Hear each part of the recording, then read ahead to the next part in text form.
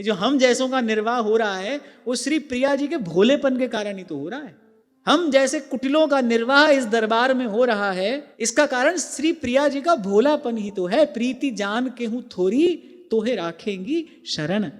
तो हमको तो यदि अपने आप को इष्ट आराध्य के अनुकूल बनाना है तो हमारे लिए बाकी सब लक्षणों में सबसे पहले ग्राह्य जो है वो यही है, सरलता। जैसे भीतर है वैसे बाहर, व्यवहार में कपट ना हो। सब व्यक्ति केवल झूठे संसार की झूठी खोखली मान प्रतिष्ठा सम्मान पाने के लिए करता है और कोई दूसरा कारण नहीं है।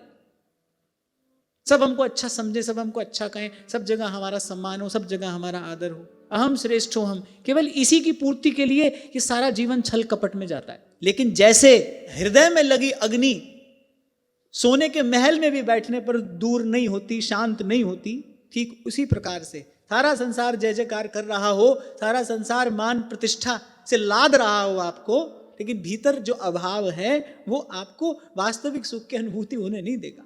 और हम जिनकी उपासना कर रहे हैं हमारे लिए तो बाकी कुछ भी बाद में, सबसे पहले सरलता, बालकवत भाव। बड़ी भोली श्री प्रिया जी हैं, कुटिलाई उनके निकट नहीं जा सकती किसी भी प्रकार से। ये शरीर तो भले सुबह से लेकर शाम तक खड़ा रहे उनके श्री विग्रह के पास, लेकिन वो जिसको जाना है वो तो कुटिलाई लेकर वहां तक नहीं जा सकता। उसका त्याग तो सबसे पहले। और फिर चिंता किस बात की है? वो तो कह रहे हैं कोटि विप्र पद लाग ही जाऊं। ठाकुर जी का स्वभाव तो देखो, कोटि विप्र पद लाग ही जाऊं, आए शरण तजऊ नहीं ताऊ। श्री ठाकुर जी कह रहे भाई हम तो ये सब व्यवस्था किए बैठे हैं पर जीव आता ही नहीं।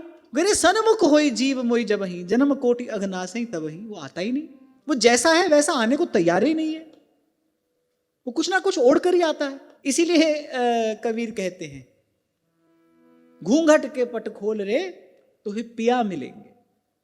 ये जो कपट का घूंघट है ना, ये घूंघट के पट खोल तो ही पिया मिलेंगे।